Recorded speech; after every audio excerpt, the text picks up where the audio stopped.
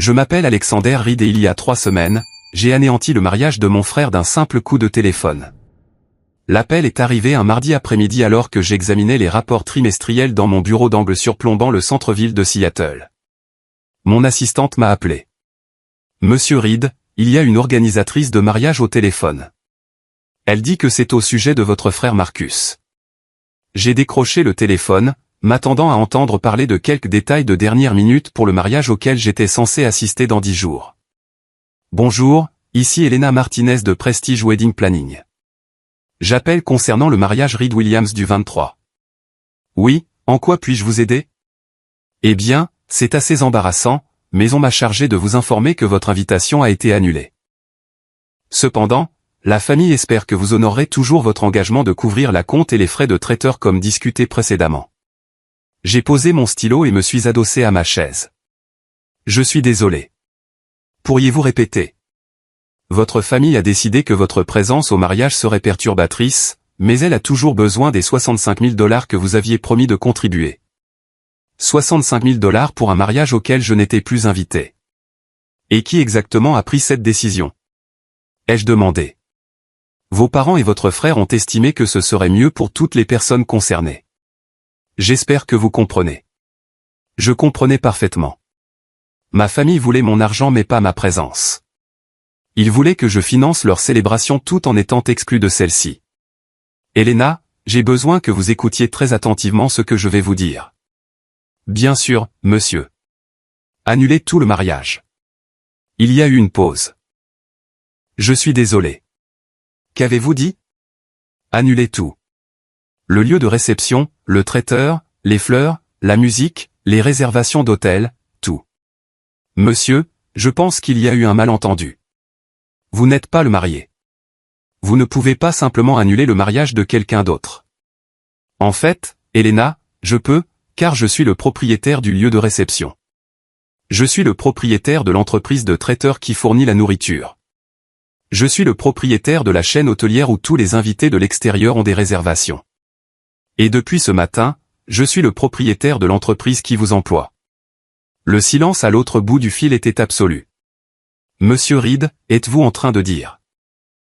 Je suis en train de dire que ma famille vient de me désinviter d'un mariage qui se déroule entièrement sur mes propriétés, en utilisant mes services, planifiés par mes employés, et qu'ils veulent que je paie pour le privilège d'être exclu. Oh mon Dieu! Vous avez 24 heures pour informer tous les fournisseurs, invités et lieux de réception que le mariage Reed Williams a été annulé. Toute personne ayant déjà pris des dispositions de voyage recevra une compensation complète pour ses dépenses, mais il n'y aura pas de mariage le 23. J'ai raccroché le téléphone et me suis rassis dans ma chaise, regardant la ligne d'horizon de Seattle. Au loin, je pouvais voir le bâtiment qui abritait l'un de mes hôtels où les membres de ma famille étaient probablement en train de s'enregistrer en ce moment même, ignorant complètement que leur week-end de célébration était sur le point de devenir une leçon très coûteuse sur le respect. Mais pour comprendre comment nous en sommes arrivés là, je dois vous parler des 15 années passées à bâtir un empire pendant que ma famille pensait que je peinais à garder la tête hors de l'eau. Je m'appelle Alexander Reed. J'ai 35 ans et je suis le fondateur et PDG de Prestige Hospitality Group, une société qui possède et exploite des lieux de luxe, des services de traiteurs et des hôtels boutiques dans tout le nord-ouest du Pacifique. Ma valeur nette personnelle est d'environ $230 millions, répartis entre des biens immobiliers, des portefeuilles d'investissement et des actifs commerciaux qui génèrent plus de revenus passifs en un mois que la plupart des gens n'envoient en un an. Ma famille pense que je suis un décrocheur scolaire qui a enchaîné les petits boulots sans avenir au cours de la dernière décennie et qui vit probablement d'un chèque de paie à l'autre, quand les chèques de paie arrivent réellement. La tromperie n'était pas intentionnelle au début. Cela a commencé comme une simple question de vie privée. Le désir naturel de séparer ma réussite professionnelle de mes relations personnelles. Mais au fil des ans, alors que ma richesse augmentait et que la condescendance de ma famille restait constante, maintenir la fiction est devenu une forme de protection contre leurs jugements et leurs suppositions. Et parfois, c'est devenu une occasion de vengeance très coûteuse. Ayant grandi à Spokane en tant que l'aîné de 3 enfants, j'ai appris très tôt que mes parents avaient des définitions très précises de la réussite et de l'échec. La réussite signifiait suivre leur chemin tout tracé. Bonne note, diplôme universitaire, emploi en entreprise, ascension régulière sur l'échelle de quelqu'un d'autre jusqu'à atteindre un poste de cadre intermédiaire et pouvoir s'offrir une maison en banlieue avec un garage pour 2 voitures et des vacances annuelles dans des endroits comme Disneyland. L'échec signifiait tout ce qui s'écartait de ce plan. Mon frère Marcus a suivi le plan à la perfection. Tableau d'honneur de l'école primaire au lycée.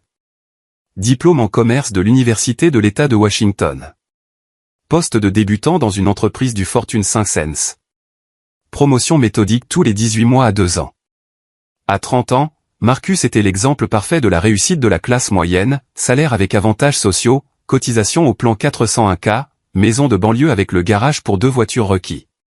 Fiançailles avec une femme aux références similaires et aux objectifs de vie compatibles. Ma sœur Caroline a suivi une légère variation du même chemin, diplôme universitaire en éducation, poste d'enseignante dans une école primaire réputée, mariage avec un autre enseignant rencontré pendant son stage. Vie confortable dans une communauté planifiée en dehors de Spokane où ils pouvaient s'offrir une belle maison et économiser pour les études de leurs enfants. Respectable, stable, prévisible. Et puis il y avait moi.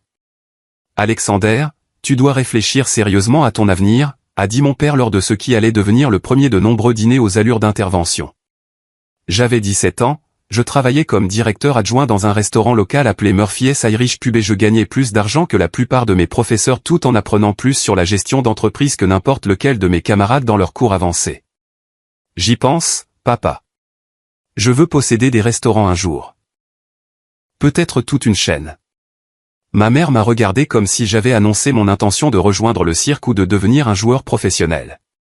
Chérie, le travail en restauration n'est pas une carrière. C'est quelque chose que tu fais en attendant de savoir ce que tu veux vraiment faire de ta vie. Et si c'est ça que je veux faire de ma vie? Marcus, qui avait 15 ans à l'époque mais était déjà désigné comme la voix de la raison et de la sagesse pratique de la famille, secoua la tête avec l'assurance de quelqu'un qui n'avait jamais travaillé un seul jour de sa vie mais avait lu de nombreux articles sur les tendances économiques et la planification de carrière. Alex, tu ne peux pas t'enrichir en travaillant dans la restauration. Le taux d'échec est énorme. Les marges bénéficiaires sont minuscules, et tu n'auras jamais le genre de sécurité financière qui vient avec une vraie carrière. Tu as besoin d'une vraie éducation si tu veux réussir. J'apprends plus sur les affaires en gérant ce restaurant que je n'en apprendrai en 4 ans de cours à l'université, ai-je argumenté. Je comprends les profits et les pertes, la gestion des stocks, le service client, la planification des employés, les négociations avec les fournisseurs. En quoi ce n'est pas une vraie éducation? Tu apprends à retourner des hamburgers et à servir des boissons, ajouta Caroline avec le mépris désinvolte qui caractériserait son attitude envers mes choix pour les 2 décennies suivantes. Ce n'est pas la même chose que de comprendre l'économie, la finance ou la stratégie marketing. Cette conversation fut ma première vraie leçon sur la façon dont ma famille voyait le monde. Pour eux, le succès légitime ne venait que par les voies traditionnelles, des diplômes universitaires coûtant des dizaines de milliers de dollars, des emplois en entreprise qui vous obligeaient à passer 40 ans à gravir l'échelle de quelqu'un d'autre, des chèques de paie réguliers qui venaient avec la sécurité de savoir exactement combien d'argent vous gagneriez pour le reste de votre vie. L'entrepreneuriat était soit un fantasme entretenu par des gens qui regardaient trop de films sur les succès fulgurants, soit un dernier recours pour ceux qui ne parvenaient pas à s'imposer dans le monde réel de l'emploi en entreprise. J'ai obtenu mon diplôme de fin d'études secondaires avec une moyenne de 2,8 et j'ai immédiatement commencé à travailler à temps plein au Murphy's Irish Pub. En 6 mois, je gérais toute l'opération pendant les services du soir. En 1 an, j'avais augmenté les bénéfices de 20% grâce à une meilleure gestion des stocks et à une formation améliorée du service client.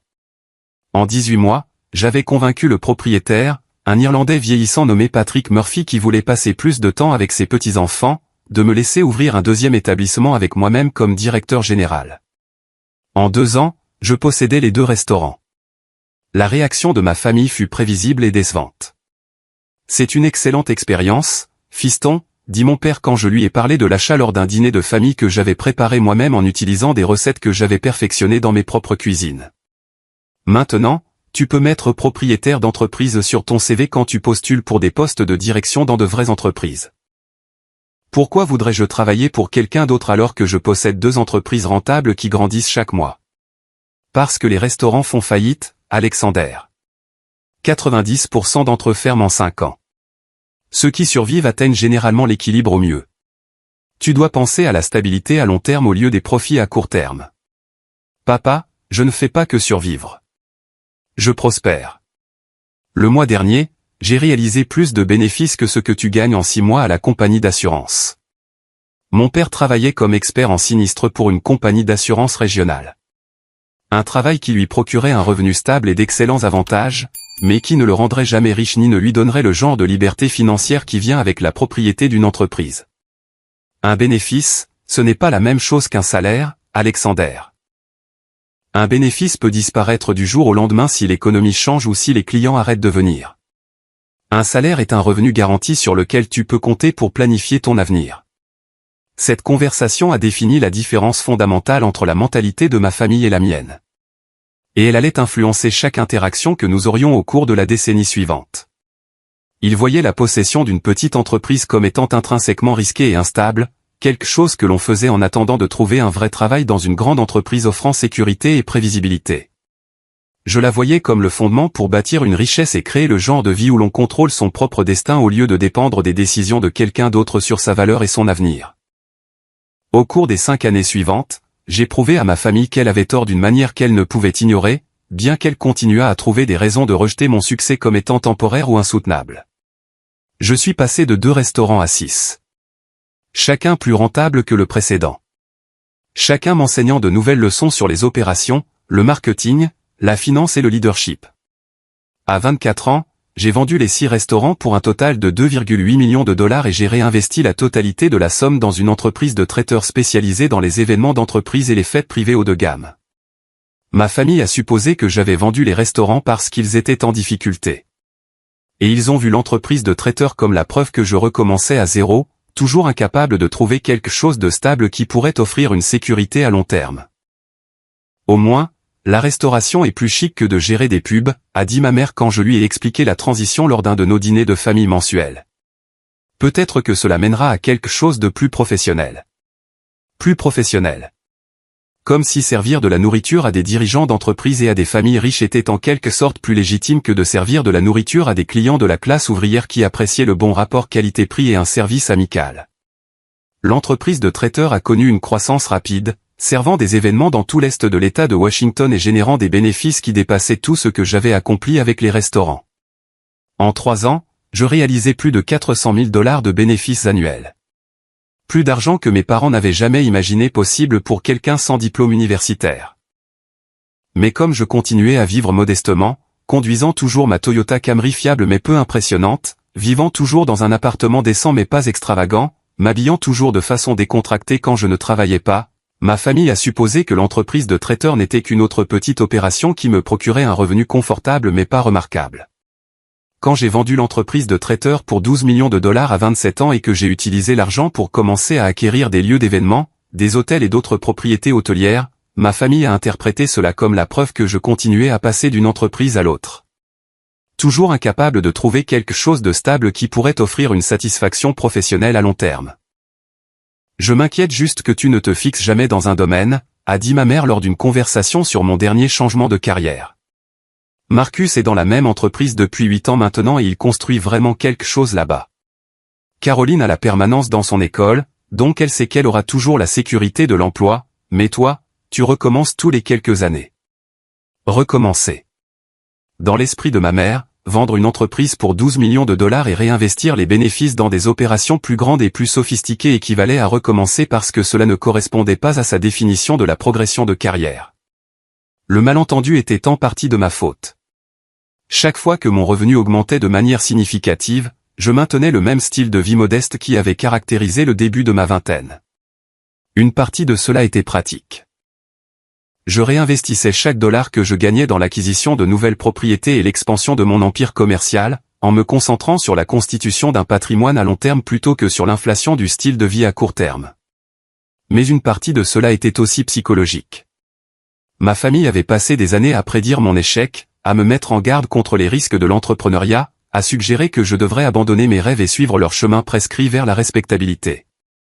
Je trouvais une satisfaction perverse à les laisser continuer à croire que je luttais pendant que je construisais quelque chose qui finirait par leur prouver qu'ils avaient complètement tort sur tout ce qu'ils pensaient savoir sur le succès et la sécurité. À 30 ans, je possédais 6 lieux d'événements allant des bars à vin intimes aux grandes salles de bal pouvant accueillir 500 invités. Je possédais 3 entreprises de traiteurs qui servaient différents segments de marché, des déjeuners d'entreprises décontractés aux réceptions de mariages élaborés. Je possédais 2 hôtels-boutiques à Seattle et Portland qui s'adressaient aux voyageurs d'affaires et aux touristes qui appréciaient un service personnalisé et une attention aux détails. Mes entreprises employaient plus de 400 personnes et généraient des revenus annuels dépassant les 50 millions de dollars. J'avais un portefeuille d'investissement diversifié qui comprenait de l'immobilier, des actions, des obligations et des fonds de capital investissement. Je possédais des propriétés résidentielles dans 4 États qui me fournissaient des revenus locatifs, et j'avais suffisamment de flux de trésorerie pour prendre ma retraite confortablement à 30 ans si je voulais poursuivre d'autres intérêts. Ma famille pensait que j'étais un directeur de restaurant qui avait eu de la chance à quelques reprises, mais qui vivait toujours essentiellement d'un chèque de paie à l'autre, luttant probablement pour économiser de l'argent pour la retraite ou les urgences. La tromperie aurait pu continuer indéfiniment si mon frère n'avait pas décidé de se marier.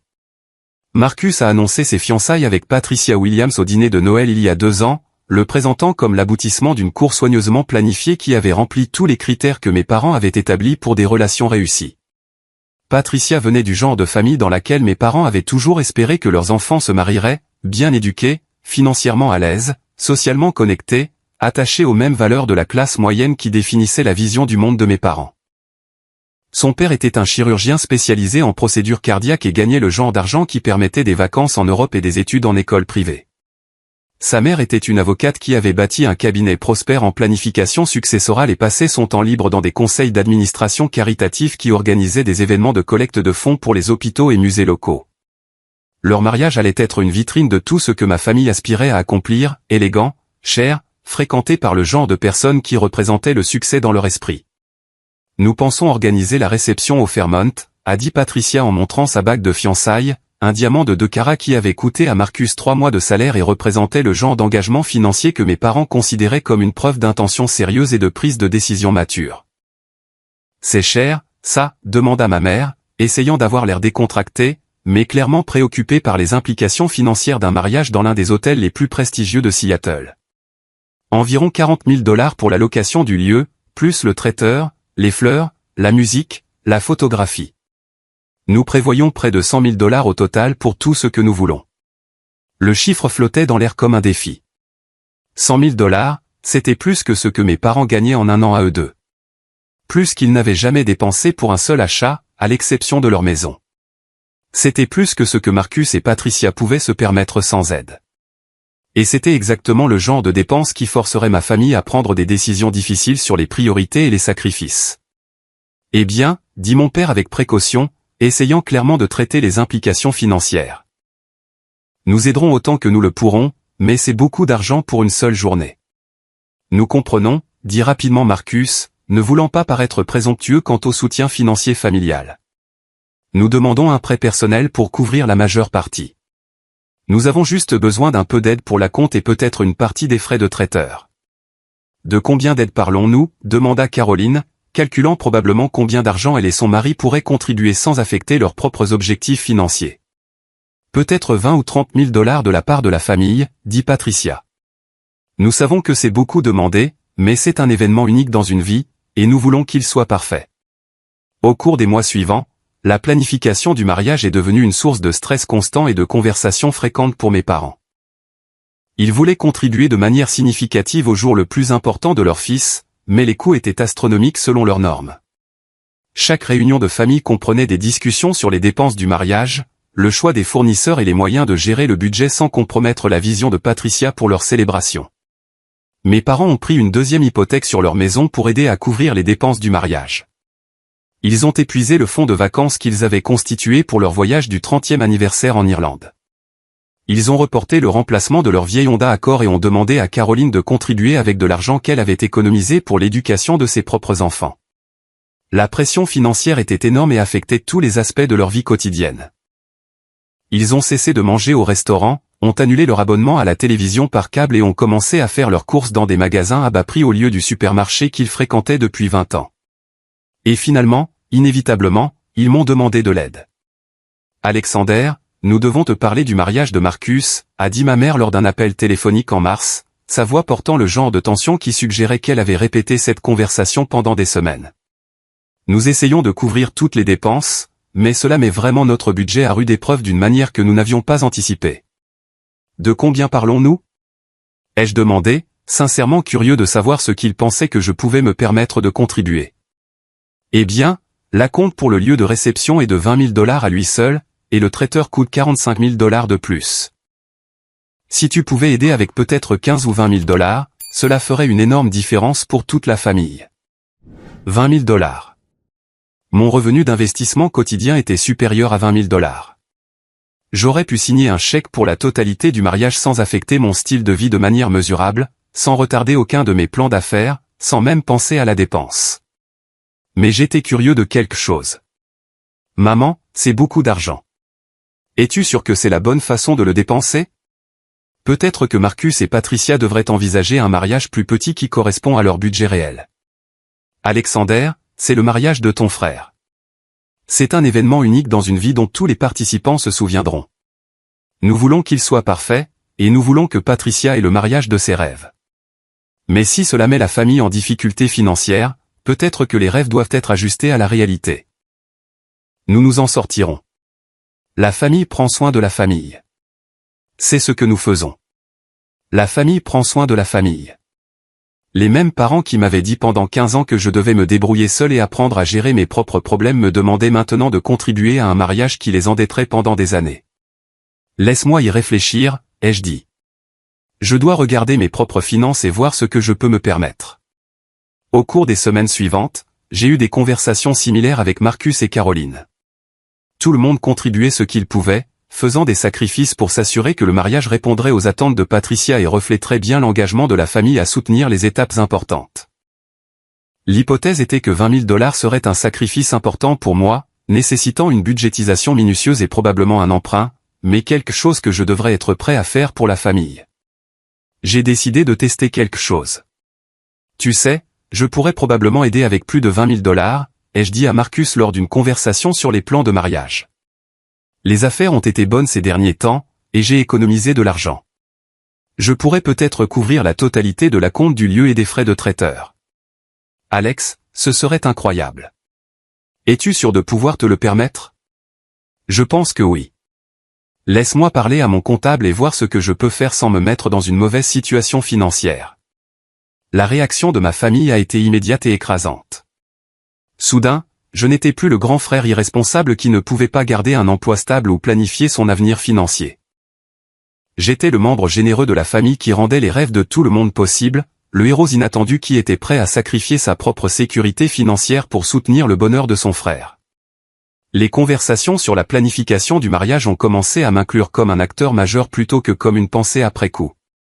Mes opinions sur les fournisseurs et les détails du lieu comptaient soudainement. Mes préférences sur les choix de menus et les options de divertissement étaient sollicitées et respectées. Pendant 6 mois, j'ai joué le rôle du frère en difficulté mais généreux qui étirait ses finances pour aider sa famille. J'ai assisté à des réunions de planification, donné mon avis sur les arrangements floraux et les forfaits photographiques, et j'ai permis à mes parents de me traiter comme si je faisais le plus grand sacrifice financier de ma vie en contribuant 65 000 $ au mariage de Marcus. Ce qu'ils ne savaient pas, c'est que je possédais en fait la plupart des fournisseurs qu'ils engageaient. Le lieu qu'ils avaient choisi, Cascade Manor, était une propriété historique que j'avais achetée 3 ans plus tôt dans le cadre de mon expansion sur le marché de l'événementiel de luxe.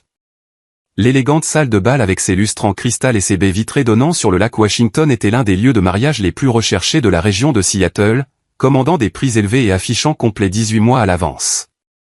L'entreprise de traiteurs qu'ils avaient sélectionnée, Pinnacle Catering, était l'une de mes filiales. Connu pour la qualité exceptionnelle de sa nourriture et son service impeccable qui justifiait sa réputation comme l'un des services de traiteur les plus chers du nord-ouest du Pacifique. L'hôtel où les invités de l'extérieur séjourneraient, le Prestige Seattle, était l'établissement phare de ma chaîne hôtelière, un établissement boutique qui offrait un service personnalisé et des équipements de luxe aux voyageurs d'affaires et aux touristes qui appréciaient la qualité plutôt que le prix. Le service de planification de mariage coordonnant tous les détails, Elite Events Management, était une entreprise que j'avais acquise 6 mois plus tôt dans le cadre de ma stratégie pour contrôler chaque aspect de l'expérience événementielle de luxe. Même les arrangements floraux étaient fournis par Garden of Eden, un fleuriste haut de gamme qui opérait depuis un espace que je possédais au Pike Place Market du centre-ville de Seattle. Ma famille planifiait sans le savoir sa célébration la plus importante en utilisant mes entreprises, financées par mon argent, tout en continuant à me traiter comme quelqu'un qui avait à peine 2 sous à frotter l'un contre l'autre et qui prenait probablement une décision financière insensée en contribuant plus qu'il ne pouvait se le permettre. L'ironie était délicieuse, mais elle était sur le point de devenir encore plus intéressante. 3 mois avant le mariage, quelque chose a changé dans l'attitude de ma famille à mon égard. Je l'ai remarqué pour la première fois lors d'un barbecue familial chez mes parents en juillet, alors que le mariage était devenu le principal sujet de conversation de chaque rassemblement. Alexander a été si généreux avec les dépenses du mariage, disait ma mère aux parents de Patricia, qui était venue de Bellevue pour rencontrer la famille élargie et discuter des derniers préparatifs. Nous n'aurions vraiment pas pu le faire sans son aide. C'est merveilleux, répondit le père de Patricia, un homme distingué d'une cinquantaine d'années qui portait le genre de vêtements décontractés qui coûtaient plus cher que les mensualités de voiture de la plupart des gens. Ce doit être agréable d'avoir une famille qui peut se mobiliser en cas de besoin. La conversation s'est poursuivie, mais j'ai remarqué quelque chose dans la façon dont ma mère parlait de ma contribution. Il y avait une implication subtile que j'aidais au-delà de mes moyens, que ma générosité était admirable mais aussi potentiellement insensée. Le genre de décision que quelqu'un avec une compréhension financière limitée pourrait prendre par loyauté familiale. Plus tard dans la soirée, Marcus m'a pris à part pour une conversation privée sur la terrasse arrière pendant que le reste de la famille était à l'intérieur en train de nettoyer après le dîner. Alex, je veux que tu saches à quel point Patricia et moi apprécions ce que tu fais pour nous, mais je veux aussi m'assurer que tu ne te mets pas dans une mauvaise situation financière. 65 000 $, c'est beaucoup d'argent pour quelqu'un dans ta situation. Ma situation? Tu sais, travailler dans la restauration et le traiteur, ne pas avoir de salaire stable ni d'avantages sociaux.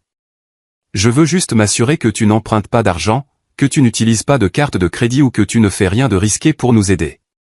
C'était la première fois que quelqu'un abordait directement ce qu'il supposait de ma situation financière. Et j'ai réalisé que la gratitude de ma famille était mêlée de pitié. Ils pensaient que je sacrifiais ma propre sécurité financière pour les aider. Et bien qu'ils apprécient le geste, ils le voyaient aussi comme une preuve de mauvais jugement et de manque de planification financière pratique. Je peux me le permettre, Marcus. Tu n'as pas besoin de t'inquiéter pour mes finances. Je sais, mais quand même. Peut-être que tu devrais garder une partie de l'argent et contribuer moins. Nous pouvons trouver d'autres moyens de couvrir les coûts. La conversation était surréaliste. Mon frère m'encourageait à contribuer moins d'argent à son mariage parce qu'il s'inquiétait de ma capacité à me permettre ma propre générosité.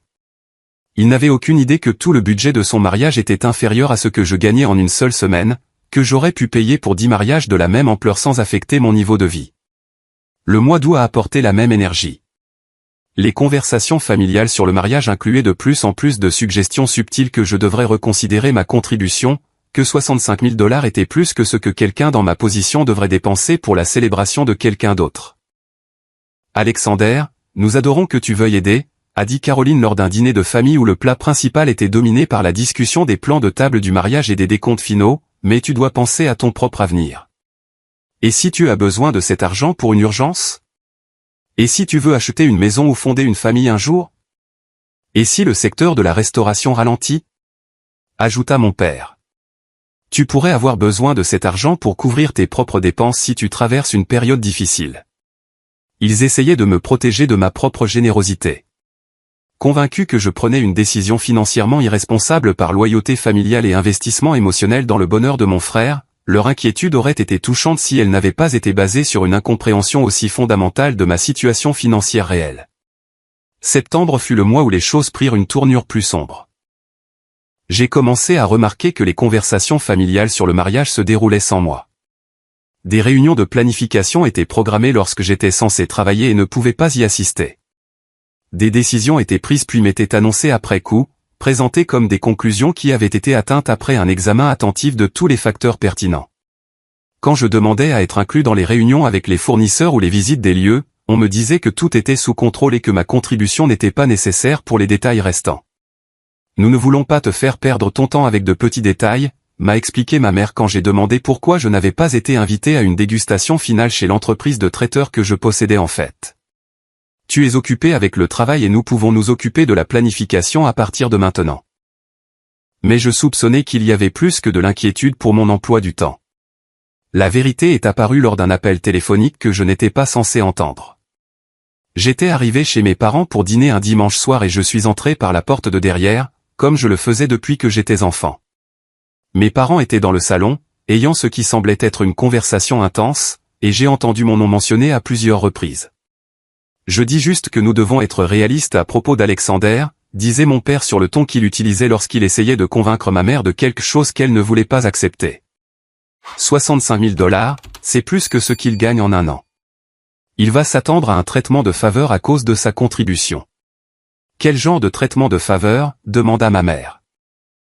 Il va vouloir amener une invitée même si nous avons dit à tout le monde que c'était uniquement pour la famille. Il va vouloir être inclus dans toutes les photos de famille et dans la ligne de réception. Il va vouloir faire un discours à la réception sur l'importance de la famille pour lui. Tu sais comment il est quand il pense qu'il est important. Peut-être devrions-nous simplement lui dire que nous pouvons nous occuper des coups nous-mêmes, a suggéré ma mère. Je n'aime pas me sentir redevable envers quelqu'un qui va juste faire des demandes plus tard. Il est trop tard pour ça. Nous avons déjà accepté son argent et tous les contrats sont signés. Mais nous devons nous assurer qu'il comprend que c'est le jour de Marcus, pas le sien. Ce n'est pas parce qu'il paie une partie que ça lui donne le droit d'être le centre de l'attention. Je suis resté dans la cuisine, écoutant mes parents discuter de moi comme si j'étais un problème à gérer plutôt qu'un membre de la famille qui essayait d'aider. Ils n'étaient pas reconnaissants de ma contribution. Ils en étaient pleins de ressentiment. Ils voyaient ma générosité comme une tentative d'acheter de l'influence ou de l'importance plutôt que comme un désir sincère de soutenir le bonheur de mon frère. Plus important encore, ils planifiaient déjà des moyens de minimiser mon rôle dans le mariage malgré l'acceptation de mon argent. Octobre a apporté la conversation que j'attendais mais que j'espérais ne pas avoir. Alexander, nous devons parler du mariage, a dit Marcus quand il m'a appelé un mardi soir. Sa voix portait le genre de neutralité prudente qui suggérait qu'il avait répété cette conversation plusieurs fois. Quoi donc? Il y a eu quelques complications avec la liste des invités. La famille de Patricia est plus grande que nous le pensions initialement et nous nous heurtons aux limites de capacité du lieu. Nous allons devoir prendre des décisions difficiles sur qui inviter. D'accord. En quoi cela me concerne-t-il? Nous essayons de limiter le mariage à la famille immédiate seulement. Parents, frères et sœurs, grands-parents. Nous ne pourrons pas inclure de +1 pour personne. C'était la première fois que j'entendais parler d'une restriction de +1 et je soupçonnais qu'elle était inventée spécifiquement pour limiter ma participation à la célébration. Marcus, es-tu en train de me dire que je ne peux pas amener une cavalière à ton mariage? Je dis que personne ne peut amener de cavalier et cavalière. Nous n'avons tout simplement pas la place pour des invités supplémentaires. Et le frère de Patricia? A-t-il le droit d'amener sa femme? C'est différent. Ils sont mariés. Et Caroline? Peut-elle amener son mari? Bien sûr, ils font partie de la famille. Donc, je suis la seule personne qui ne peut pas amener un invité. Alex, tu ne sors même avec personne. Sérieusement? Pourquoi as-tu besoin d'un +1? La question a révélé quelque chose d'important sur la façon dont ma famille voyait ma vie personnelle. Parce que je ne leur avais jamais présenté personne avec qui je sortais. Parce que je gardais mes relations amoureuses séparées des rassemblements familiaux, ils supposaient que je ne voyais personne du tout. Parce que je maintenais la confidentialité sur ma vie amoureuse, ils pensaient que je n'avais pas de vie amoureuse digne d'être reconnue. Peut-être que je sortirais avec quelqu'un sérieusement si je pouvais l'amener à des événements familiaux, ai-je dit. Écoute, ce n'est pas personnel contre toi. Nous essayons juste de garder les chiffres gérables. Mais c'était personnel contre moi, et ça allait devenir beaucoup plus personnel. Novembre a apporté l'insulte finale. Alexander, nous devons avoir une réunion de famille, a dit ma mère quand elle m'a appelé un samedi matin. Sa voix portait le genre de formalité sinistre qui suggérait qu'une affaire de famille sérieuse allait être discutée. Peux-tu passer cet après-midi? Quand je suis arrivé chez mes parents, j'ai trouvé Marcus, Caroline et mes deux parents assis autour de la table de la salle à manger avec des expressions sérieuses sur leur visage. La disposition formelle des sièges et l'absence de nourriture ou de boisson suggéraient que ce n'était pas un rassemblement social. « Assieds-toi, chérie », a dit ma mère, faisant un geste vers la seule chaise vide qui avait clairement été positionnée pour faire face au reste de la famille. Nous devons discuter de quelque chose d'important à propos du mariage.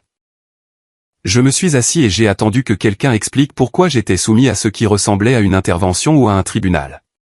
C'est à propos du mariage, commença mon père, clairement mal à l'aise, mais déterminé à livrer le message sur lequel il s'était mis d'accord. Nous avons parlé en famille, et nous pensons qu'il serait préférable que tu n'y assistes pas. Les mots flottaient dans l'air comme une présence physique. Ma propre famille me désinvitait du mariage de mon frère. Je suis désolé. Qu'est-ce que tu viens de dire? Nous pensons que ta présence pourrait être perturbatrice, a dit Marcus, n'arrivant pas tout à fait à établir un contact visuel tout en portant le coup. Tu as agi bizarrement ces derniers temps, posant beaucoup de questions sur la planification, faisant des commentaires sur les dépenses. Nous avons peur que tu causes des problèmes. Quel genre de problème? Tu as clairement fait savoir que tu penses que nous dépensons trop d'argent, a dit Caroline, sa voix portant le même ton d'autorité concernée qu'elle utilisait probablement avec des élèves difficiles. Tu continues de remettre en question nos choix et de faire des suggestions sur la façon de faire les choses différemment. Patricia est déjà stressée par le mariage et nous ne voulons pas qu'elle ait à s'inquiéter de drames familiaux. Quand ai-je causé des drames familiaux? Ce n'est pas à propos de ce que tu as fait, a dit ma mère, essayant clairement de paraître raisonnable et attentionnée. C'est à propos de ce que tu pourrais faire. Tu n'as jamais été à un mariage aussi cher auparavant. Nous avons peur que tu sois mal à l'aise avec la formalité et que tu mettes les autres mal à l'aise. J'ai regardé les membres de ma famille, essayant de traiter ce que j'entendais. Ils m'excluaient du mariage parce qu'ils pensaient que je ne pouvais pas gérer le fait d'être entouré de choses chères, que mes prétendues limitations financières me feraient me comporter de manière inappropriée lors d'un événement haut de gamme. Donc, vous ne voulez pas que je vienne au mariage de Marcus parce que vous pensez que je suis trop pauvre pour me comporter correctement au milieu de gens riches? Ce n'est pas une question d'argent, a dit rapidement Marcus, reconnaissant clairement à quel point leur raisonnement sonnait mal lorsqu'il était énoncé directement. C'est une question d'adéquation. Ce sera un événement très formel avec la famille de Patricia et leurs amis. Nous voulons juste que tout le monde soit à l'aise, y compris moi, y compris toi. Nous pensons que tu serais plus à l'aise si tu n'avais pas à t'inquiéter de tout. De tout. Il voulait dire le lieu de réception cher, la tenue formelle, les invités instruits, les attentes sociales des gens qui appartenaient à des country clubs et prenaient des vacances en Europe. Il pensait que je serais hors de mon élément au mariage de mon propre frère. Mais nous avons toujours besoin de ta contribution financière, ajouta mon père, livrant l'insulte finale avec le genre de ton neutre qui suggérait qu'il ne voyait rien de contradictoire à me demander de financer un événement auquel je n'étais pas autorisé à assister. Les fournisseurs attendent d'être payés, et nous nous sommes déjà engagés sur les coûts en nous basant sur ton offre d'aide. Et voilà. Ils voulaient mon argent, mais pas ma présence. Ils voulaient que je finance leur célébration tout en étant exclu de celle-ci parce qu'ils pensaient que j'étais trop peu sophistiqué pour m'intégrer à leur idée de la société respectable. Vous voulez que je paie 65 000 $ pour un mariage auquel je ne suis pas invité? Tu t'es déjà engagé à aider avec les coûts, a dit Caroline, comme si mon offre précédente créait une obligation contraignante qui ne pouvait être affectée par des circonstances changeantes. Nous comptons sur cet argent depuis des mois. Tous les contrats sont signés. Nous prendrons beaucoup de photos, a offert ma mère, comme si des preuves photographiques d'un événement auquel je ne pouvais pas assister compenseraient d'une manière ou d'une autre le fait d'être exclu. Et peut-être que nous pourrons avoir un petit dîner de famille après la lune de miel où tu pourras célébrer avec Marcus et Patricia en privé. Un dîner de consolation. Ils m'offraient un dîner de consolation en échange du financement de leur mariage et de l'acceptation de mon bannissement de la célébration réelle. J'ai besoin de temps pour y réfléchir, ai-je dit, en me levant de la table parce que je ne pouvais pas me faire confiance pour continuer la conversation sans dire quelque chose qui révélerait plus que ce que j'étais prêt à révéler. Le mariage est dans 3 semaines, Alexander, a dit Marcus. Nous devons tout finaliser bientôt. Je comprends. Je vous ferai savoir ce que je décide. Je suis rentré chez moi en état de choc. Non pas parce que ma famille m'avait blessé, mais parce qu'elle m'avait offert une opportunité de vengeance si parfaite qu'elle semblait presque trop belle pour être vraie. Ils voulaient m'exclure d'un mariage qui se déroulait dans mon lieu de réception, en utilisant ma société de traiteur, avec des invités séjournant dans mon hôtel, planifié par mon service de coordination de mariage, décoré avec des fleurs de mon fleuriste. Ils voulaient que je paie pour le privilège d'être humilié par des gens qui n'avaient aucune idée que je pouvais détruire toute leur célébration d'un simple coup de téléphone. J'ai passé le week-end à rechercher chaque contrat associé au mariage. Le contrat de location du lieu pour Cascade Manor avec son élégante salle de bal et ses vues panoramiques sur le lac Washington. Le contrat de traiteur avec Pinnacle Catering pour le cocktail, le dîner à 5 plats, le bar ouvert et les collations de fin de soirée. Les réservations d'hôtel au Prestige Seattle pour 40 chambres sur 3 nuits. La réservation de divertissement pour un quatuor de jazz et un DJ. Les arrangements floraux de Garden of Eden. Le forfait photographie. La coordination du transport. Le personnel supplémentaire pour le vestiaire et le service de voiturier. Chaque fournisseur était soit la propriété de ma société, soit sous contrat par l'intermédiaire de mes propriétés.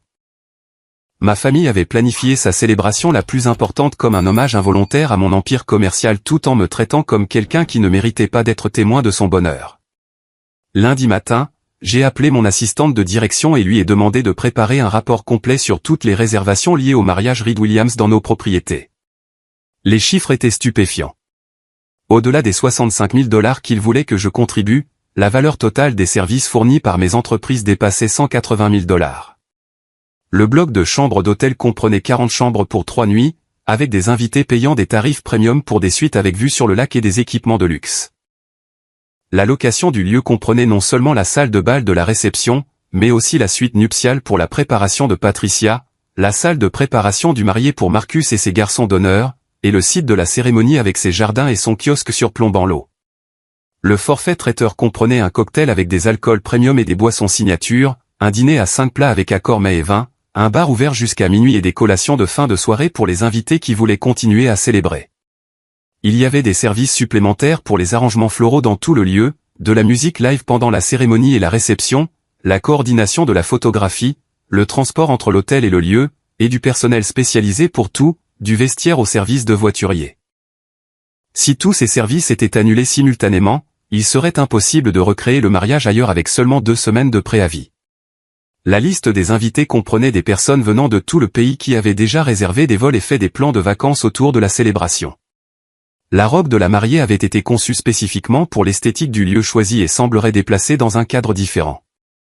La lune de miel en Italie devait commencer immédiatement après la réception avec des vols qui ne pouvaient pas être modifiés sans frais énormes. Annuler le mariage ne ferait pas seulement déranger ma famille. Cela les humilierait devant tous ceux qu'ils connaissaient et respectaient, détruirait la célébration de rêve de Patricia et créerait un scandale dont on parlerait pendant des années, ce qui était exactement ce qu'ils méritaient.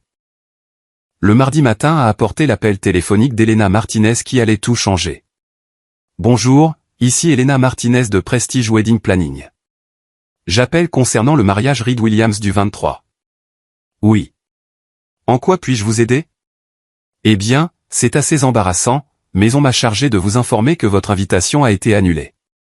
Cependant, la famille espère que vous honorerez toujours votre engagement de couvrir la compte et les frais de traiteur comme discuté précédemment. Le moment était arrivé. Ma famille m'avait officiellement demandé de payer pour un mariage auquel je n'étais pas autorisé à assister.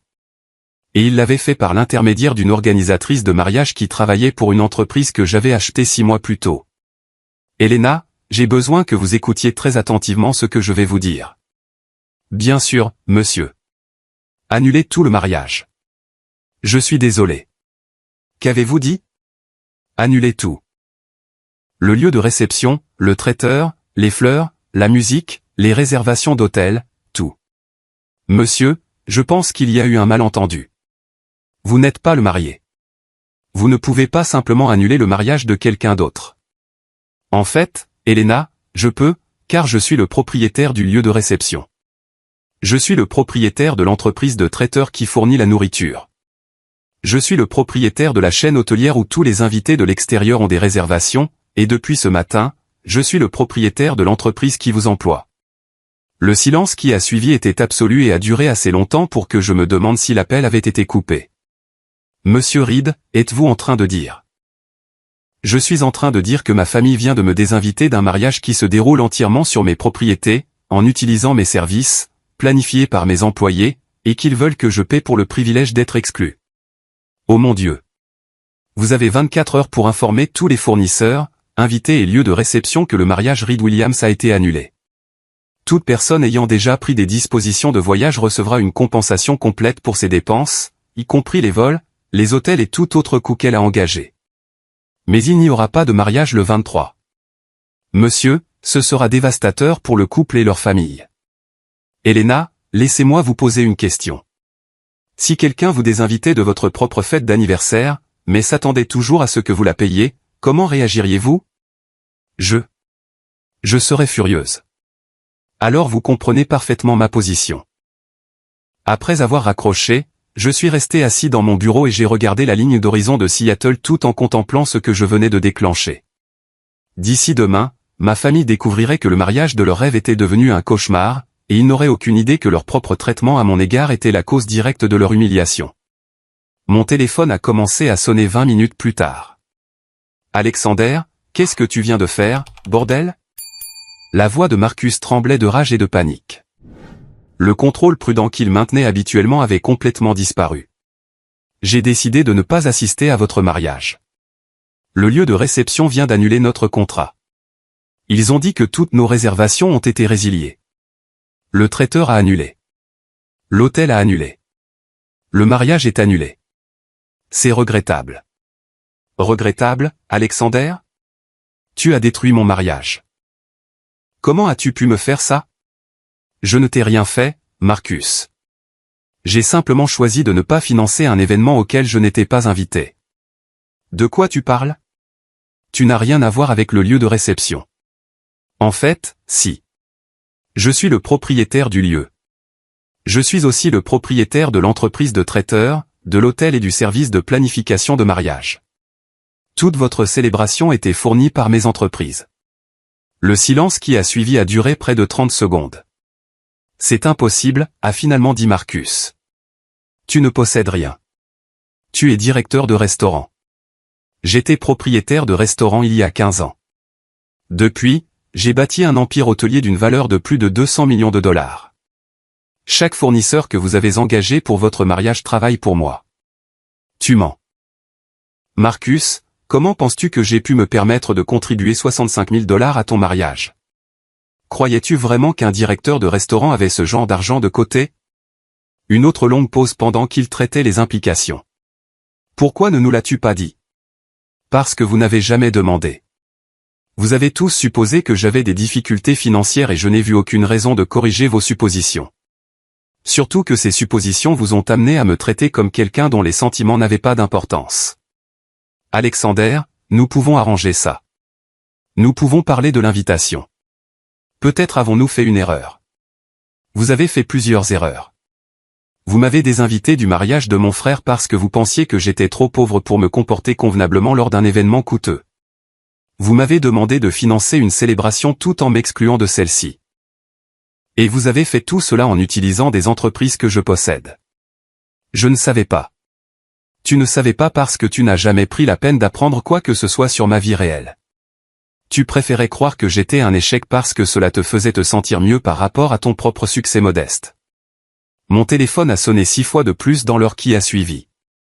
Caroline a appelé pour pleurer et me supplier de reconsidérer ma décision. Ma mère a appelé pour m'accuser de ruiner la famille et de détruire le bonheur de Marcus par dépit. Mon père a appelé pour exiger que je m'explique et que je répare ce que j'avais cassé. Patricia a appelé pour me hurler dessus pour avoir détruit le jour le plus important de sa vie. Je n'ai répondu à aucun des appels. Au lieu de cela, j'ai demandé à mon assistante de préparer un communiqué de presse annonçant que Prestige Hospitality Group ferait un don de 100 000 dollars à des œuvres de charité locales en l'honneur du mariage Reed Williams qui devait avoir lieu samedi. Le don financerait des bourses pour les travailleurs de l'industrie hôtelière qui voulaient créer leur propre entreprise, des programmes de formation continue pour les directeurs de restaurants et des prêts de développement de petites entreprises pour les entrepreneurs issus de milieux populaires. Le communiqué de presse mentionnait également que le don était fait par le fondateur de l'entreprise, Alexander Reed, dont la valeur nette personnelle dépassait 200 millions de dollars et dont l'empire commercial employait plus de 800 personnes dans 3 États. Le jeudi, l'histoire avait été reprise par les médias locaux comme un article d'intérêt humain sur des entrepreneurs à succès qui redonnent à leur communauté. Le vendredi, elle était en tendance sur les réseaux sociaux comme un exemple de karma familial et des dangers de juger les gens sur les apparences. L'humiliation de ma famille était complète et très publique. Samedi matin, je me suis réveillé dans mon appartement Penthouse et j'ai préparé du café en regardant le front de mer de Seattle. Dans une autre chronologie, j'aurais été en train de me préparer pour assister au mariage de mon frère, me sentant probablement mal à l'aise et déplacé parmi les parents riches de Patricia et les amis prétentieux de ma famille. Au lieu de cela, je prévoyais un week-end tranquille de lecture et de détente. Mon téléphone a vibré avec un message texte d'un numéro inconnu. Alex, c'est Patricia. S'il te plaît, appelle-moi. Nous devons parler. J'ai supprimé le message sans répondre. 1 heure plus tard, un autre message est arrivé de Marcus. Je sais que tu nous détestes en ce moment, mais nous sommes toujours une famille. Pouvons-nous s'il te plaît essayer de régler ça ? J'ai également supprimé ce message. À midi, j'avais reçu 37 messages textes et 42 messages vocaux de divers membres de la famille, invités du mariage et connaissances communes qui voulaient comprendre ce qui s'était passé. Je les ai tous ignorés. La seule communication à laquelle j'ai répondu était un email d'Elena Martinez. Monsieur Reed, je voulais vous remercier pour la façon dont vous avez géré l'annulation. Vous avez été professionnel et généreux avec la compensation des invités, et j'ai appris quelque chose d'important sur le fait de ne pas faire de suppositions sur les gens. Si jamais vous avez besoin de services de planification de mariage à l'avenir, je serais honoré de travailler avec vous. J'ai répondu, Elena, vous avez géré une situation difficile avec grâce et professionnalisme. Je vous ai déjà recommandé pour une promotion au sein de l'entreprise. Merci de m'avoir traité avec respect même quand vous pensiez que j'étais sans pouvoir. Le dimanche soir a apporté un dernier appel de mon père. Alexander, je t'appelle pour te demander de reconsidérer. Reconsidérer quoi, papa? Tout. L'annulation du mariage, la façon dont tu gères cette situation, les dommages que tu causes à notre famille. Les dommages que je cause? Fiston, je comprends que tu sois en colère à propos de l'invitation. Peut-être avons-nous fait des erreurs dans la façon dont nous avons géré ça. Mais annuler le mariage était extrême. Tu as blessé beaucoup de gens innocents. Vraiment? Ou ai-je simplement cessé de subventionner des gens qui avaient clairement indiqué qu'ils ne voulaient pas de moi? Ce n'est pas juste. Nous t'aimons, Alexander. Nous t'avons toujours aimé. Vous aimez l'idée de moi, papa. Vous aimez avoir un fils qui peut contribuer 65 000 $ aux célébrations familiales. Mais vous n'aimez pas la personne que je suis réellement parce que vous n'avez jamais pris la peine de découvrir qui est cette personne. Nous voulons le découvrir. Nous voulons reconstruire notre relation avec toi. Sur la base de quoi? Mon argent, mon succès, le fait que je me sois avéré plus réussi que vous ne l'auriez jamais imaginé. Sur la base du fait que tu es notre fils. Je suis votre fils depuis 35 ans, papa. Il n'aurait pas fallu un mariage annulé pour que vous vous en rendiez compte. La conversation a continué pendant 20 minutes de plus, mais la dynamique fondamentale n'a pas changé. Mon père voulait réparer notre relation, mais il ne pouvait toujours pas reconnaître que le traitement de ma famille à mon égard avait été fondamentalement mauvais. Il voyait l'annulation du mariage comme une réaction excessive à un malentendu social mineur plutôt que comme la conséquence naturelle d'années de comportements méprisants. Nous avons terminé l'appel sans résolution, et je n'ai parlé à aucun membre de la famille depuis. 3 mois se sont écoulés depuis le mariage qui n'a jamais eu lieu. Mon entreprise continue de prospérer. Ma richesse personnelle continue de croître. Et ma vie continue d'être épanouissante d'une manière qui n'a rien à voir avec l'approbation ou la reconnaissance familiale. J'ai reçu des dizaines de demandes d'interviews de journalistes qui veulent écrire sur l'histoire de la vengeance du mariage. Je les ai toutes déclinées. Le but n'a jamais été de devenir célèbre ou d'humilier publiquement ma famille. Le but était d'établir que je n'accepterais pas d'être traité comme inférieur par des gens qui n'avaient aucune idée de quoi ils parlaient. Marcus et Patricia ont finalement eu une petite cérémonie de mariage 6 mois plus tard. D'après ce que j'ai entendu par des connaissances communes, c'était un bel événement qui a eu lieu dans un parc public avec un traiteur d'une épicerie locale et des décorations qu'ils avaient faites eux-mêmes. Ils semblent heureux ensemble et j'espère sincèrement que leur mariage sera réussi. Caroline et moi maintenons un contact minimal via les réseaux sociaux. Elle m'envoie des vœux d'anniversaire et des salutations de vacances et je réponds poliment mais sans enthousiasme. Il n'y a pas d'hostilité entre nous, mais il n'y a pas non plus de véritable relation. Mes parents ont fait plusieurs tentatives pour reconstruire notre lien, y compris une lettre d'excuse formelle et une invitation pour le dîner de Thanksgiving. J'ai poliment décliné leurs ouvertures tout en gardant la porte ouverte à une réconciliation future s'ils démontrent une véritable compréhension de ce qui n'allait pas. Le développement le plus surprenant a été le nombre de personnes qui m'ont contacté pour partager des histoires similaires de membres de leur famille qui les traitaient mal jusqu'à ce qu'ils connaissent un succès inattendu. Apparemment, être sous-estimé par sa propre famille est plus courant que je ne le pensais. J'ai également découvert que bâtir une richesse en secret présente des avantages inattendus. Parce que mon succès n'était pas de notoriété publique, j'ai pu observer le vrai caractère des gens sans les effets déformants d'une richesse connue.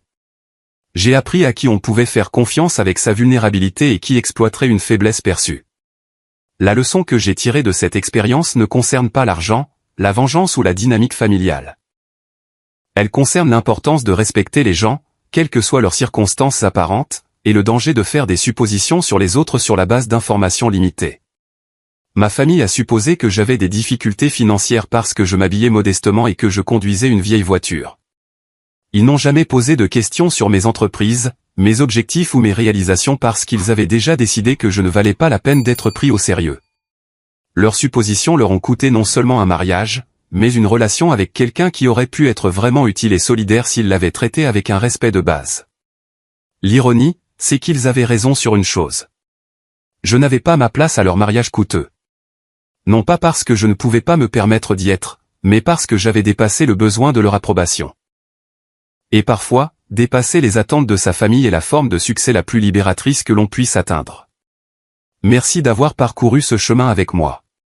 Avant de partir, j'ai laissé 2 autres histoires ici sur votre écran. Toutes 2 d'hommes qui ont découvert que la famille n'est pas toujours celle dans laquelle on est. C'est celle qui vous soutient lorsque la vérité éclate. Cliquez sur celle qui vous interpelle. Et si vous voulez rejoindre notre communauté de personnes qui comprennent ce que c'est que d'être l'étranger qui regarde de l'extérieur, cette cloche de notification est votre invitation. Jusqu'à demain, souvenez-vous, votre histoire compte, même s'ils ont essayé de l'effacer.